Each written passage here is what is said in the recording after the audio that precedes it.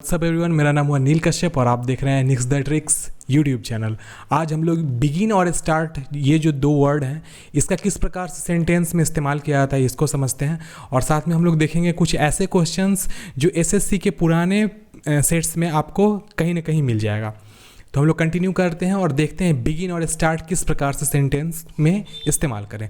देखो, बिगिन हो या स्टार्ट, दोनों का अर्थ सेम होता है, शुरू करना। लेकिन कैसे हम इसको डिफ्रेंशिएट करेंगे? देखो, डिफ्रेंशिएट करने बहुत इंपॉर्टेंट होती है कि किस जगह पे बिगिन का इस्तेमाल करना चाहिए और कहाँ हमें स्टार्ट का इस्तेमाल करना चाहिए। देखिए, यहाँ पे एक्सप्लेनेशन में क्या कहा गया है, we use both begin and start in the same meaning. देखो, कहते हैं क्या है कि बिगिन तथा स्टार्ट दोनों का इस्तेमाल शुरुआत, मतलब शुरू करने को दर्शाने के लिए किया जाता है। दे मीन द सेम, दोनों का अर्थ भी करीब करीब देखा जाए तो वाक्य में बराबर होता है, लेकिन कुछ न कुछ नियम है उनकी कि किस सेंटेंस में बिगिन का इस्तेमाल होगा और किस वाले सेंटेंस में स्टार्ट का इस्तेमाल होगा। तो उस नियम को पहले हम लोग समझते हैं और देखते हैं कैसे वो नियम को हम लोग इस सेंटेंस में अप्लाई करते हैं। देखिए, यहाँ पे कोई दो सेंटेंस है, आप इस दोनों सेंटेंस को देखना कि कैसे इस सेंटेंस में बिगिन और स्टार्ट यूज़ किया गया है। सबसे पहला सेंटेंस है आई बिगन या फिर started driving when I was 14। देखो, मतलब क्या कि जब व्यक्ति की उम्र 14 साल थी तो उन्होंने शुरुआत किया। उन्होंने क्या किया? उन्होंने शुरू किया किस चीज़ को? तो ड्राइविंग करना को। उन्होंने ड्राइविंग करना शुरू किया, DRIVING। उन्होंने क्या किया? ड्राइविंग करना शुरू किया। और आप ऐसा भी कह सकते हो इस वाक्य में कि वो जब 14 साल के थे तो उन्होंने गाड़ी चलाना का शुरुआत किया। मतलब शुरू किया या शुरुआत किया। देखो, हिंदी में थोड़ा सा डिफरेंस आ सकता है, लेकिन इंग्लिश में आप उसका इस्तेमाल सामान्य रूप से वाक्य में कर सकते हैं। दूसरा सेंटेंस है इफ़ रॉबिन डजेंट कम सून, अगर रॉबिन समय से नहीं आता है, let's begin start without him, तो उसके बिना ही हम लोग क्या करेंगे? शुरू कर लेंगे या शुरुआत कर लेंगे।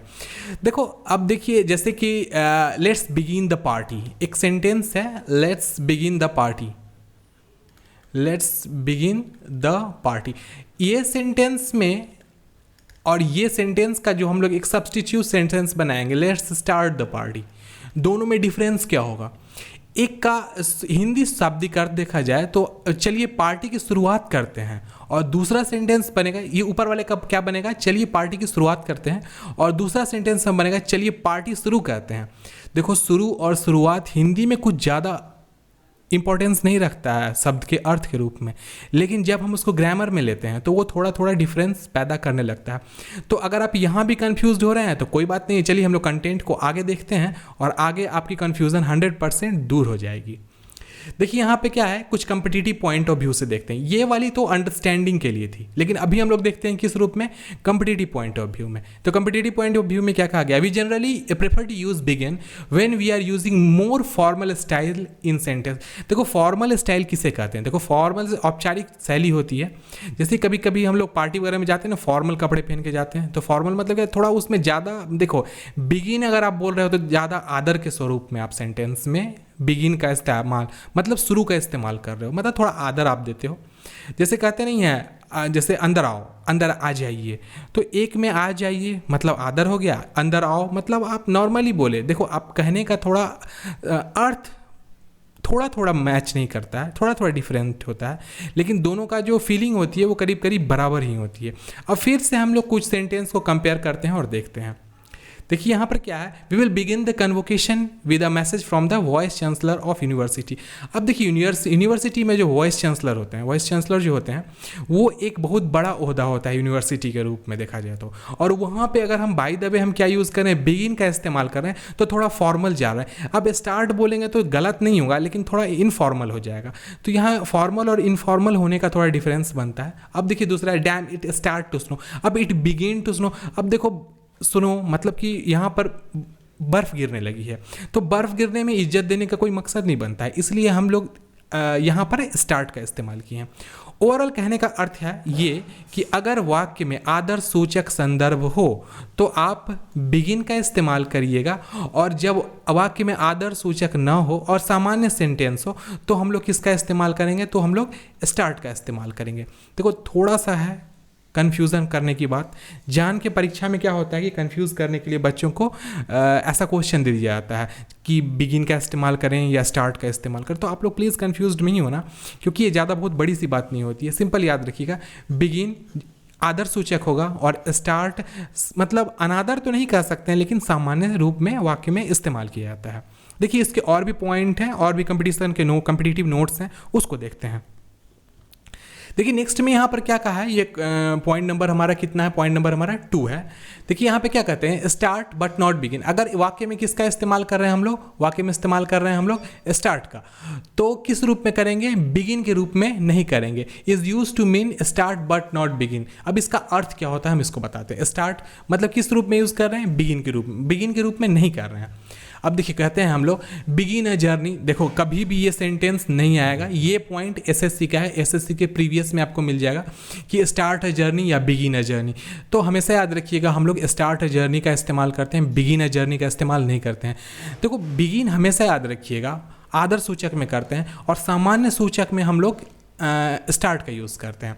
अब देखिए बिगिन कहाँ पे पॉसिबल नहीं होता है, तो अब देखो अब यात्रा शुरुआत कर रहे हैं तो वहाँ पे क्या ज़रूरत है हमको आदर का मतलब बोध कराने का। चलिए हम यात्रा कर रहे हैं, ये नॉर्मल सी बात है, तो यहाँ कोई मकसद ही नहीं बनता है कि हम यहाँ पर बिगिन का इस्तेमाल करें। इसलिए हम लोग यहाँ पर यूज़ क्या कर रहे हैं, स्टार्ट अ जर्नी, यात्रा का प्रारंभ करना। और ये एसएससी का प्रीवियस है, आप ये बात ध्यान में रखना। I think I ought to start at it, मतलब मैं ये सोचता हूँ कि मुझे 8 बजे शुरू कर लेना चाहिए, मतलब यात्रा शुरू कर लेना चाहिए।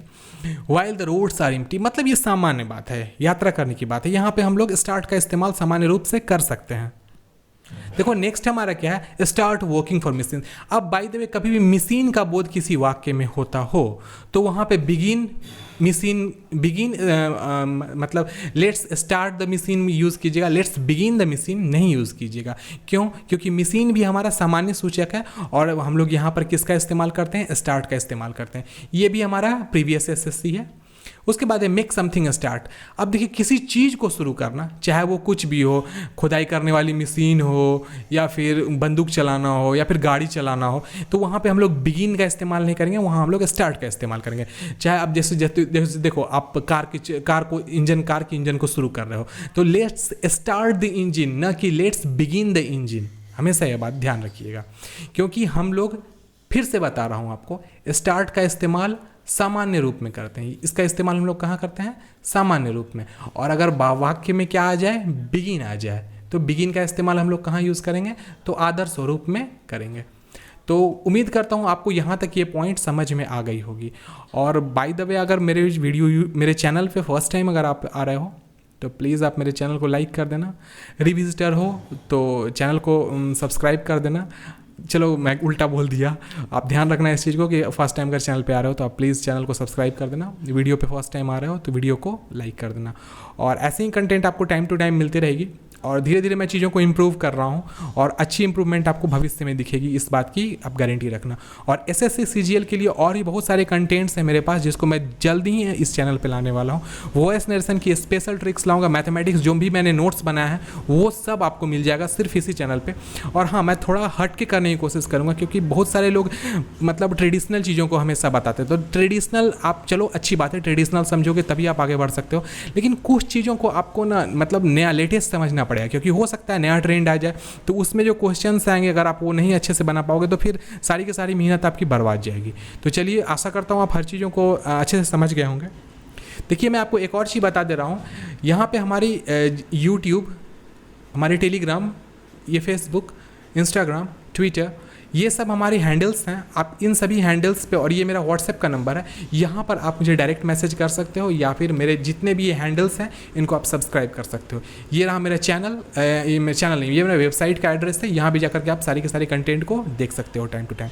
तो चलिए हम लोग फिर से नेक्स्ट कंटेंट में नेक्स्ट डे फिर से मिलते हैं, तब तक के लिए bye bye, take care and stay blessed.